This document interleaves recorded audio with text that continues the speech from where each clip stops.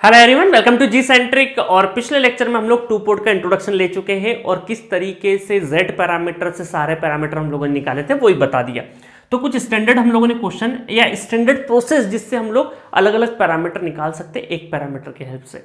अब थोड़े से इंटरेस्टिंग क्वेश्चन करते हैं जहां पर आपको सारे पैरामीटर नहीं पूछे, कोई एक पर्टिकुलर पैरामीटर पूछा, उस तरह के क्वेश्चन को कैसे डील करेंगे वो सब देखेंगे।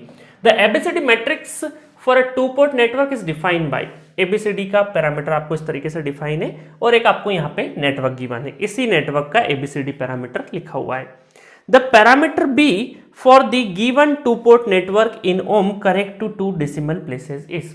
अब इस नेटवर्क का आपको क्या निकालना है, बी पैरामीटर निकालना है। तो देखिए बहुत सारे स्टूडेंट अलग अलग तरीके से करते हैं। देखिए टू पोर्ट में क्या है, कम से कम एक क्वेश्चन को सॉल्व करने के लिए 5 से 6 मेथड हो सकती है, आप अपने अकॉर्डिंग किसी से भी करें, बट जो भी शॉर्टेस्ट मेथड हो या जो आपको कन्वीनियंट लगे उससे सॉल्व करना। अब मैं बोलूंगा कि बहुत सारे स्टूडेंट पहली मेथड ये चूज करते हैं। देखिए अगर मैं फर्स्ट मेथड की बात करूं तो बहुत सारे स्टूडेंट सोचेंगे चलो सर फर्स्ट मेथड है, बी ही निकालना है। तो बी क्या होता है, बी पैरामीटर अगर हम लोग देखें तो बी हम लोग सिर्फ बी की बात करें तो ये V2 minus of V2 divided by I2 का रेशो। या फिर अगर आपको यहां से समझ नहीं आ रहा है, कुछ जो लोग यहां से इस तरीके से भी नहीं समझते हैं वो ऐसे भी लिख सकते हैं कि जैसे V1 equal to AV2 minus BI2, ठीक है, और I1 equal to CV2 minus DI2।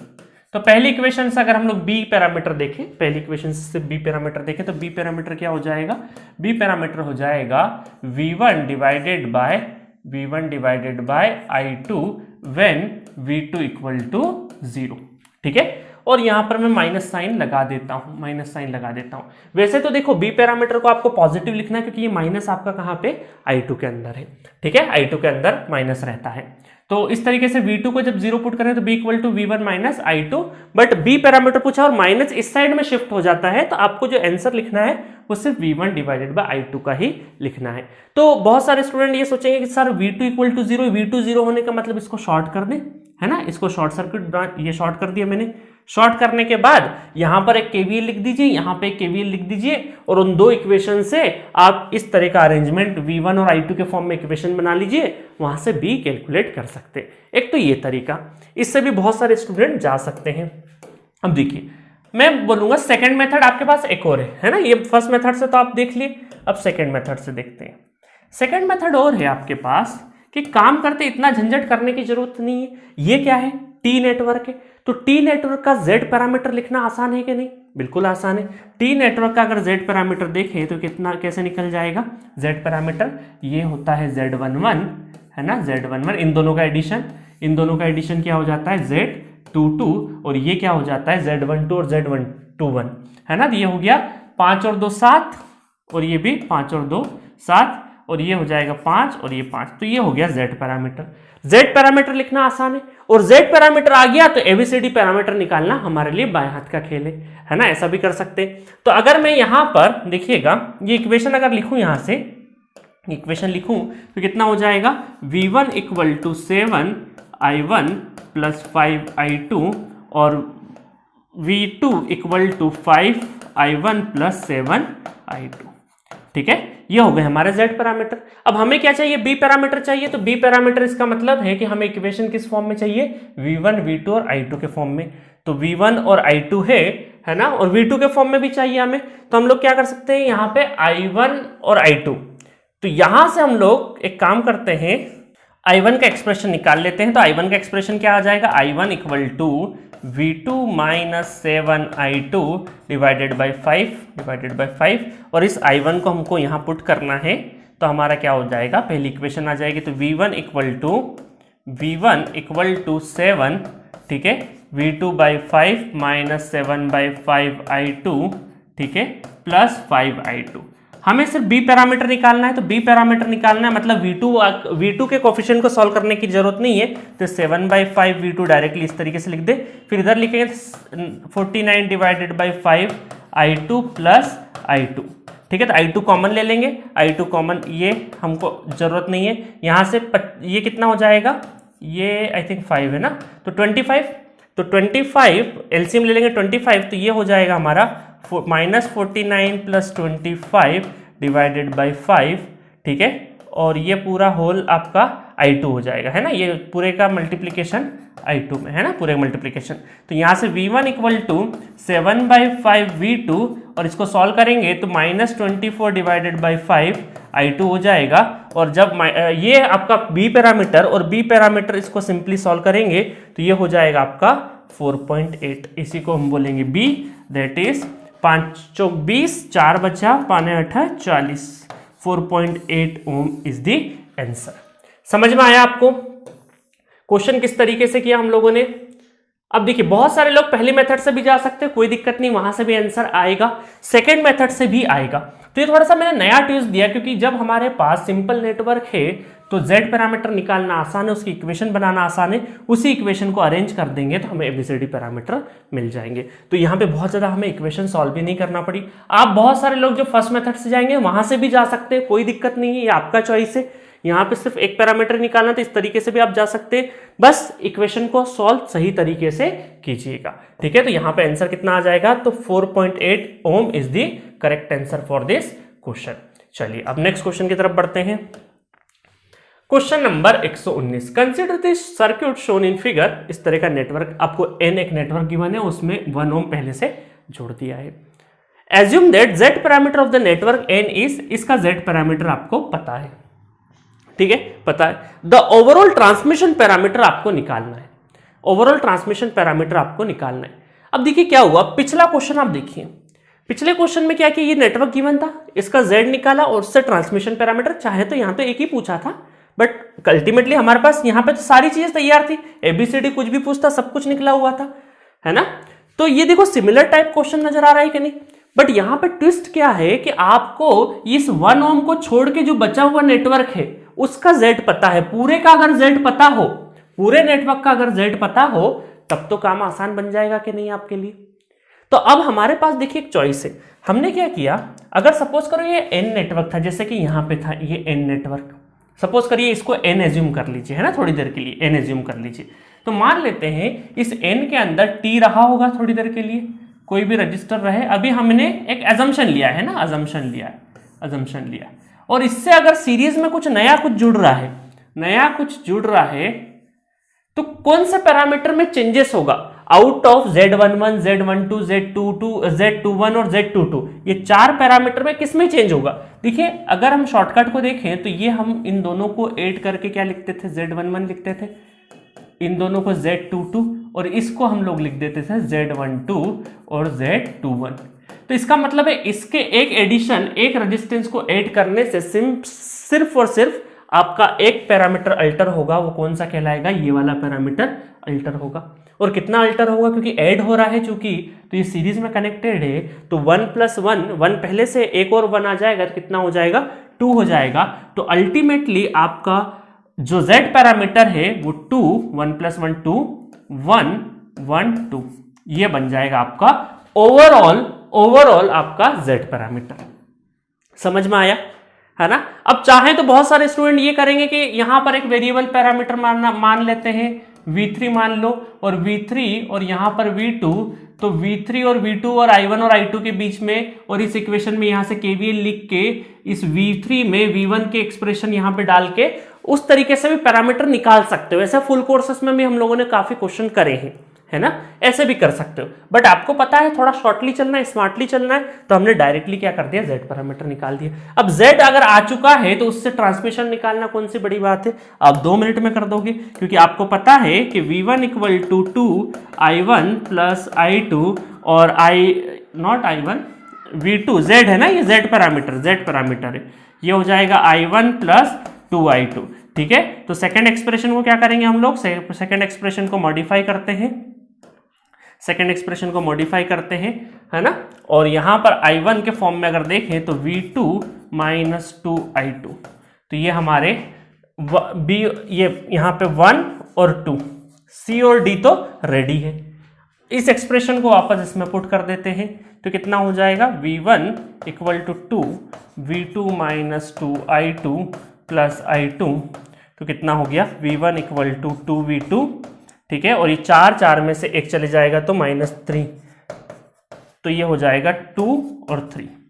2312 C is the correct answer for this question. ठीक है, तो आप में से बहुत सारे स्टूडेंट इस क्वेश्चन को किस तरीके से करेंगे, आप V3 और V2 के फॉर्म में इसको लिख लेंगे पूरे को, है ना, पूरे को इसमें लिख लेंगे, फिर यहां से KVL लगाएंगे, उस एक्सप्रेशन को फिर एलिमिनेट करेंगे और फिर जाके पूरा का पूरा चेंज करेंगे। उस तरीके से भी जा सकते हो, बट ये शॉर्टेस्ट मेथड मैंने आपको बताया एक तरीका, जिसमें अगर 1 ओम है तो डायरेक्टली ऐड होता है, किसको अल्टर करता है, पहले पैरामीटर को ही।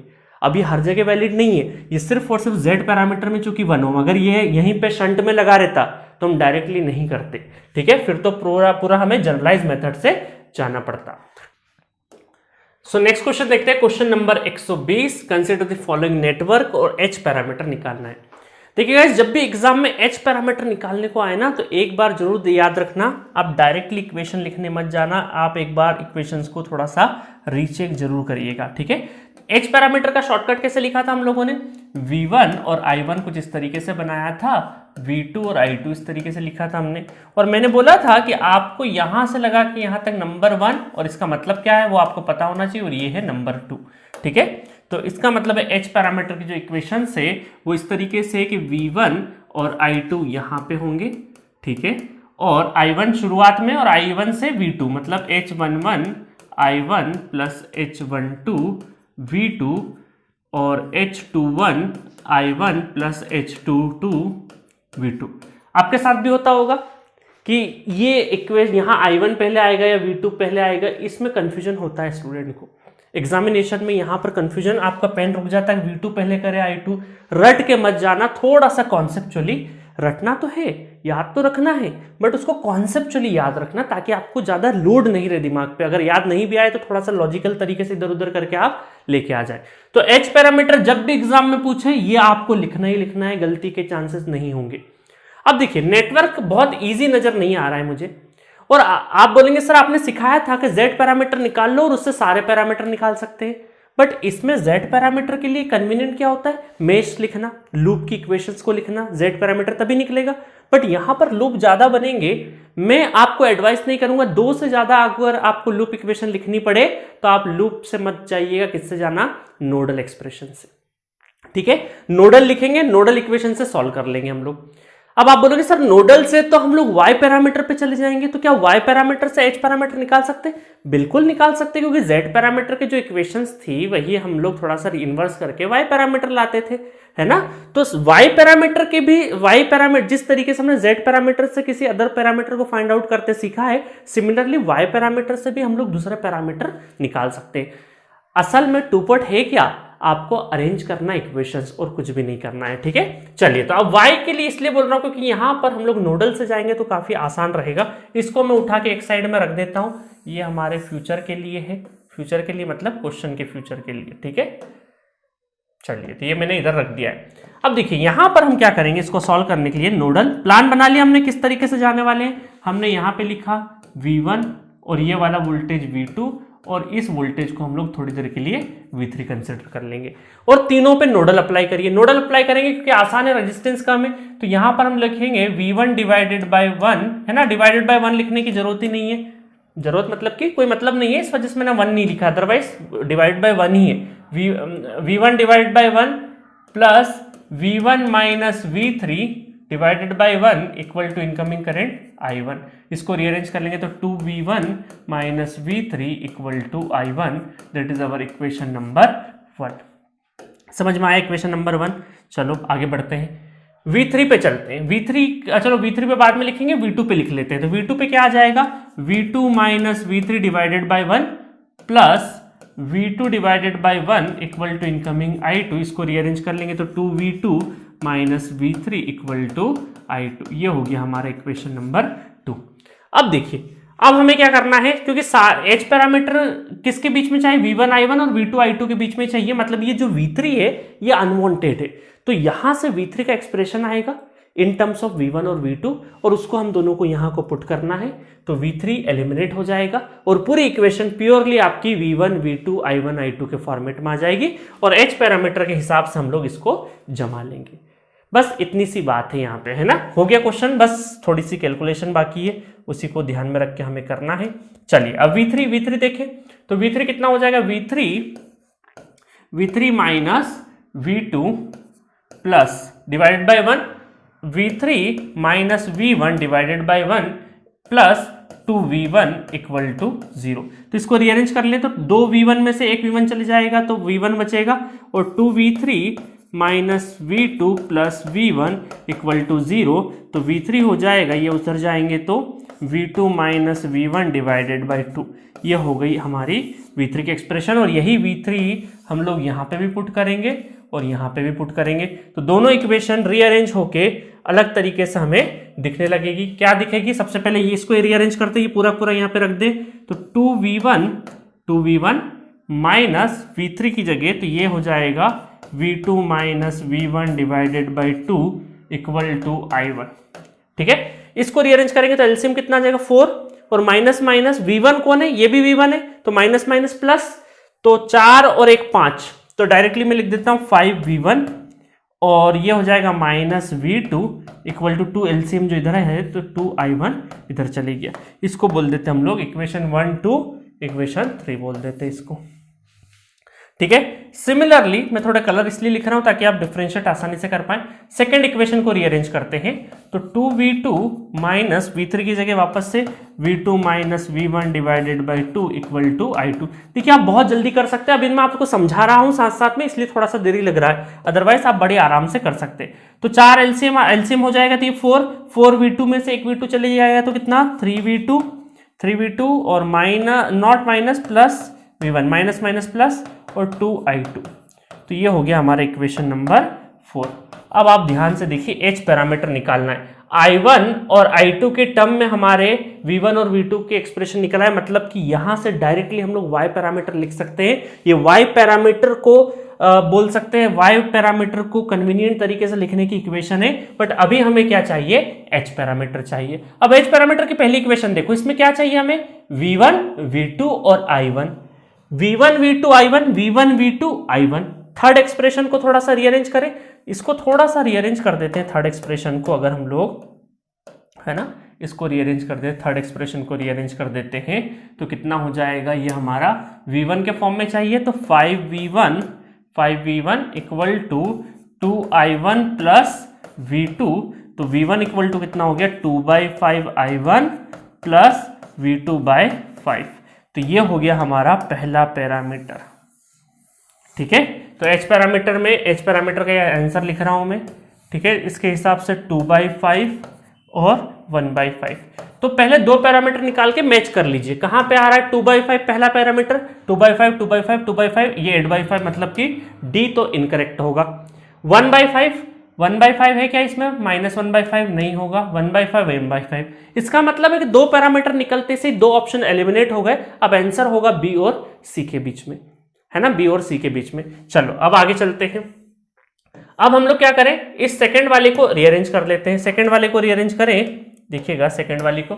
इसका मतलब अब हमें क्या चाहिए? i1 i2 और v2 के फॉर्म में, i1 i2 और v2 के फॉर्म में। तो यहां पर इसको रीअरेंज कर ले तो i2 तो हमारे पास i2 कुछ इस तरीके से दिखेगा, ये हो जाएगा 3/2 v2 plus v1 divided bye 2।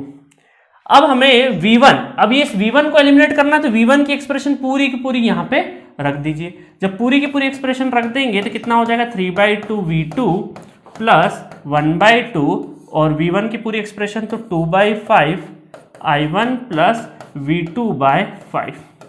ठीक है, और इसको थोड़ा सा रीअरेंज कर लेते i2 इक्वल टू, अब v2 देख लेते तो v2 यहाँ पे तो ये हो जाएगा 3/2 प्लस v2 यहाँ से मल्टीप्लाई होगा ये पूरा तो 5 × 2 10, तो ये हो जाएगा 1/10 और v2 प्लस यहाँ पे कितना हो जाएगा? 2/5 × 10।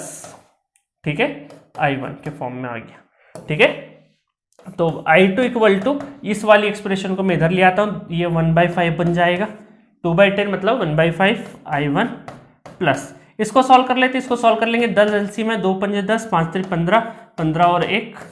ठीक है, और ये v2 बन गया और यहाँ से i2 इक्वल टू 1/5 i1 और ये 16/10 मतलब 8/2 × 10 और 2 × 8 = 16, तो 8/5 और 1/5 मतलब 1/5 और 8/5। कौन सा आंसर नजर आ रहा है?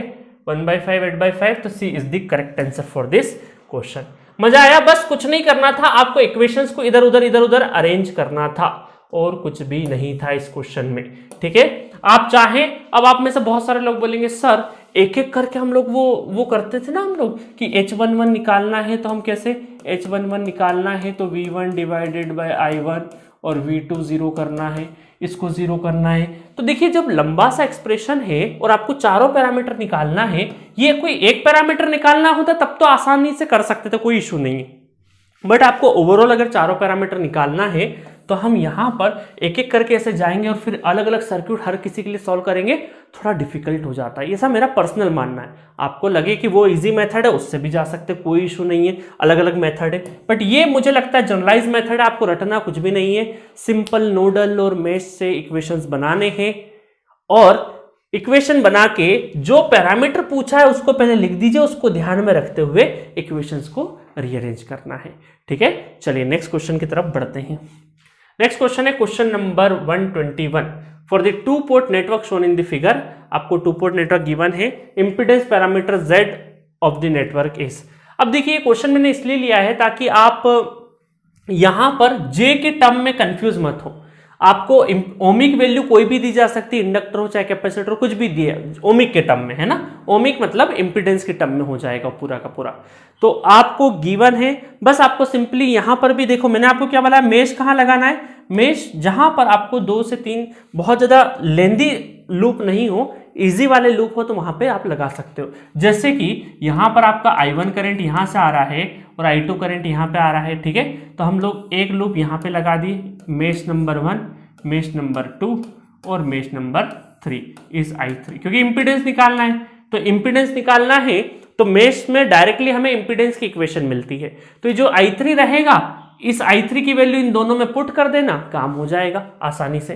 ठीक है, चलो फटाफट लिख देते हैं पहले इक्वेशन V1। ये क्वेश्चन आपको कर लेना चाहिए, बट मैंने आपकी प्रैक्टिस के लिए, ताकि रेजिस्टेंस और ये ओमिक वैल्यू इस तरीके की चीजें हो तो आपको कैसे डील करना है वो बता देता हूं मैं, है ना। V1 और माइनस, ये माइनस हमारा कौन सा है, इंपीडेंस वाला, प्लस और माइनस वाला, और माइनस उसकी वैल्यू, यहां पे कंफ्यूजन नहीं हो, -j।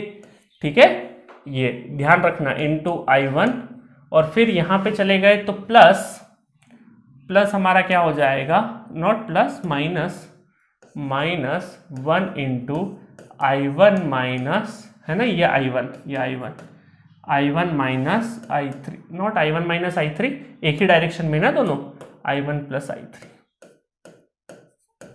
Equal to 0। तो इसको रीअरेंज कर लेते थोड़ा सा रीअरेंज कर लेंगे तो V1 इक्वल टू ये हो जाएगा आपका, ये हो जाएगा प्लस और वो तो 1 नॉट माइनस, थोड़ा सा एक बार लिख लेते कंफ्यूजन नहीं हो, ये प्लस JI1, ठीक है, -I1 minus I3 equal to 0।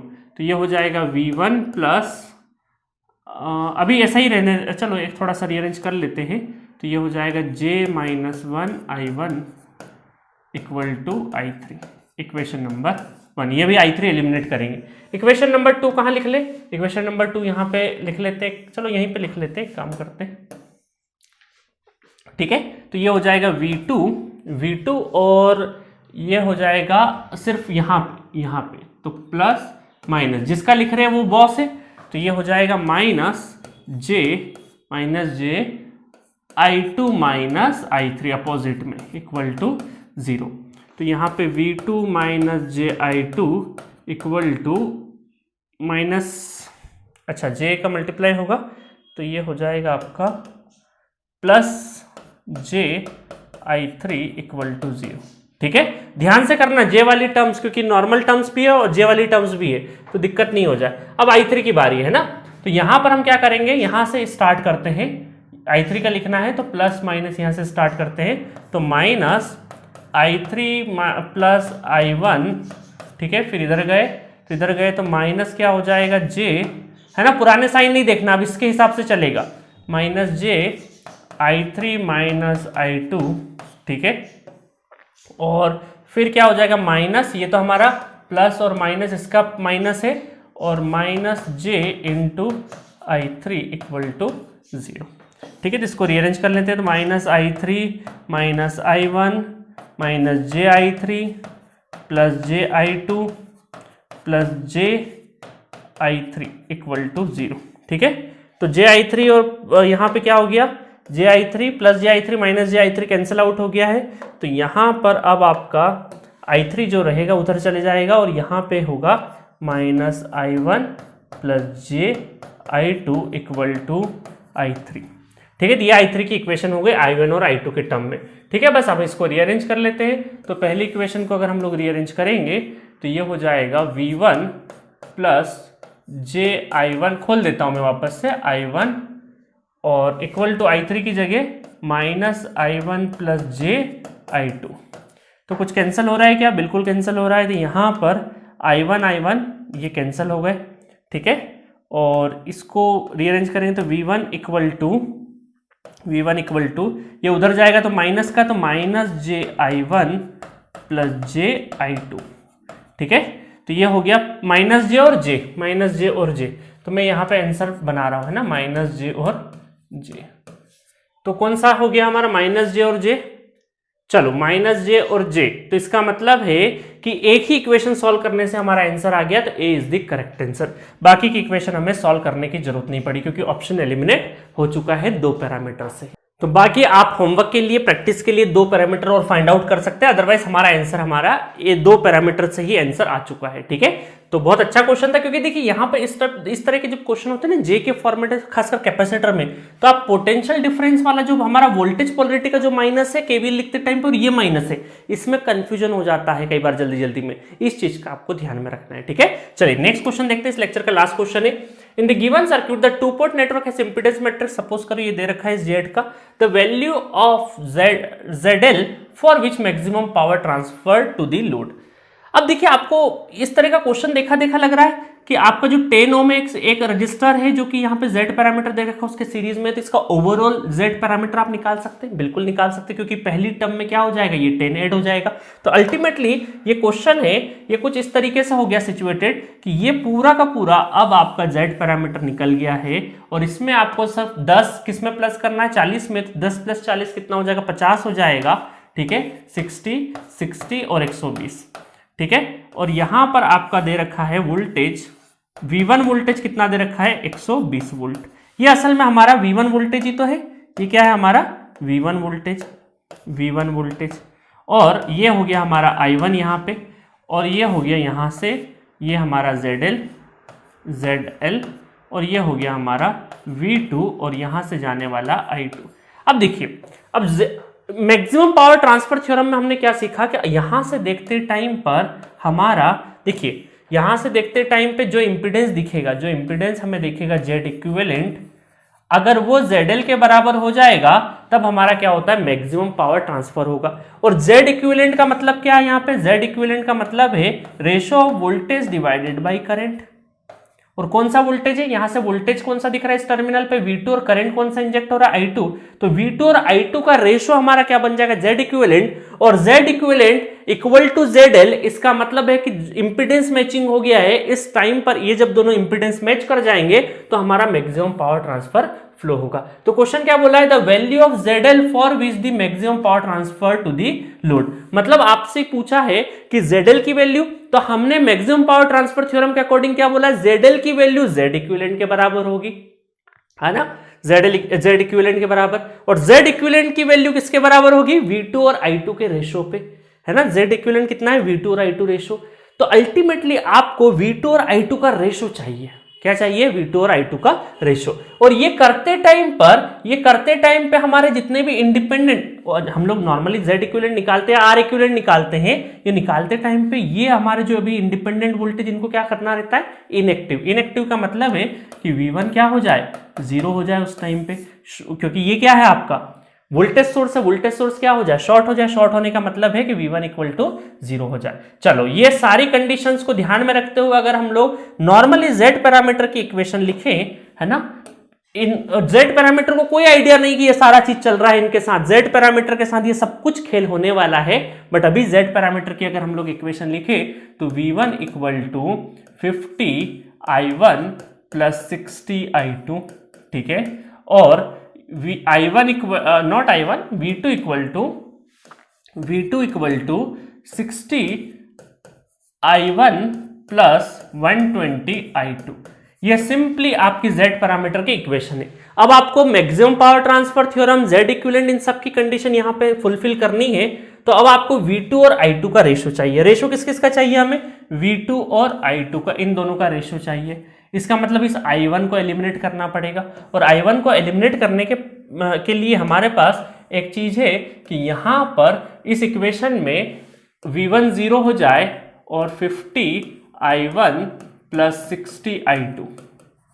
ठीक है, तो यहां से हम लोग 0 हटा दें तो I1 कितना हो जाएगा? I1 हो जाएगा हमारा -6/5 I2। ये हो जाएगा I1, और इस I1 को हम लोग यहां पे पुट कर देंगे तो V2 60 और -6/5 I2 प्लस 120 I2। तो इसको सॉल्व कर लेते हैं, तो V2 डिवाइडेड बाय I2 इधर आ जाएगा।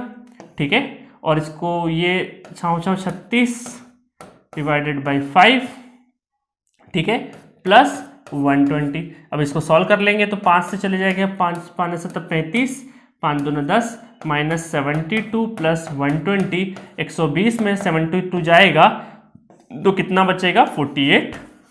ठीक है, तो ZL की वैल्यू कितनी हो जाएगी? 48 ओम। 48 ओम। ठीक है, तो देखिए बहुत ही शानदार क्वेश्चन था ये, और बहुत ही लेटेस्ट गेट में पूछा गया है। मुझे पता नहीं कौन सी ब्रांच में, तीनों ब्रांच में से किसी एक में 2020 का क्वेश्चन है ये।